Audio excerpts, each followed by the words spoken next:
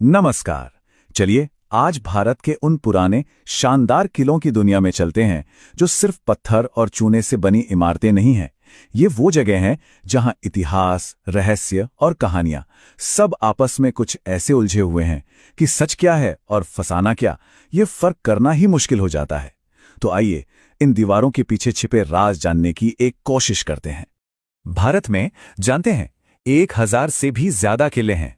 जरा सोचिए, हर एक किला अपने अंदर सदियों की न जाने कितनी ही कहानियां समेटे हुए हैं। जीत और हार की, प्यार और धोखे की, और कुछ ऐसी भी कहानियां हैं जिन्हें सुनकर आज भी रोंगटे खड़े हो जाते हैं। तो सवाल यही उठता है कि इन मोटी मोटी दीवारों के पीछे आखिर कौन से राज दफन हैं? क्या ये सब सिर्फ पीढ़ी दर पीढ़ी चली आ रही कहानियां हैं, या फिर इनमें कोई सच्चाई भी है? आज हम कुछ ऐसे ही रहस्यों से पर्दा उठाने वाले हैं। सबसे पहले बात करते हैं उन किलों की जहां गुजरे जमाने की दर्दनाक घटनाएं आज भी जिंदा महसूस होती हैं।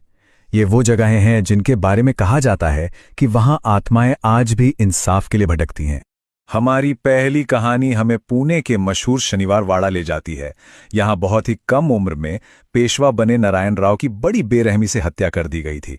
और पता है, इस साजिश के पीछे कोई बाहरी दुश्मन नहीं, बल्कि उनके अपने ही घर के लोग, उनके करीबी रिश्तेदार थे।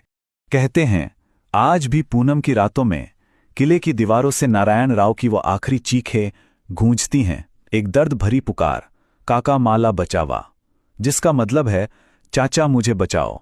अच्छा, अब चलते हैं भानगढ़ किले की तरफ, जो शायद भारत का अकेला ऐसा किला है जिसे खुद सरकार ने भूतिया घोषित कर रखा है।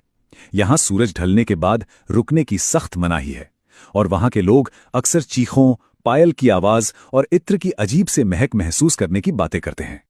और ऐसी कहानियां सिर्फ भानगढ़ तक ही नहीं है। जैसे तालबेट का किला है, जहां आज भी उन 7 औरतों की चीखें सुनाई देने की बात कही जाती है जिन्होंने एक साथ अपनी जान दे दी थी। और असीरगढ़ किले के बारे में तो ये मान्यता है कि महाभारत के अश्वत्थामा, जिन्हें अमरता का वरदान मिला था, वो आज भी वहां के शिव मंदिर में रोज पूजा करने आते हैं। चलिए अब आत्माओं की दुनिया से निकलकर दौलत और लालच की दुनिया में चलते हैं।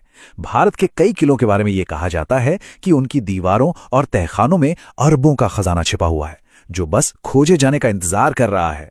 और हर खजाने की अपनी एक अलग ही कहानी है। एक तरफ है सुजानपुर टीरा का किला, जहां कहते हैं राजा संसार चंद ने 5 किलोमीटर लंबी एक खुफिया सुरंग में अपना सारा सोना चांदी छुपा दिया था। तो वहीं दूसरी तरफ है रायसेन का किला, जहां छिपा था एक जादुई पारस पत्थर, जो किसी भी लोहे की चीज को सोने में बदल सकता था। लेकिन सुनिए, इन खजानों को खोजना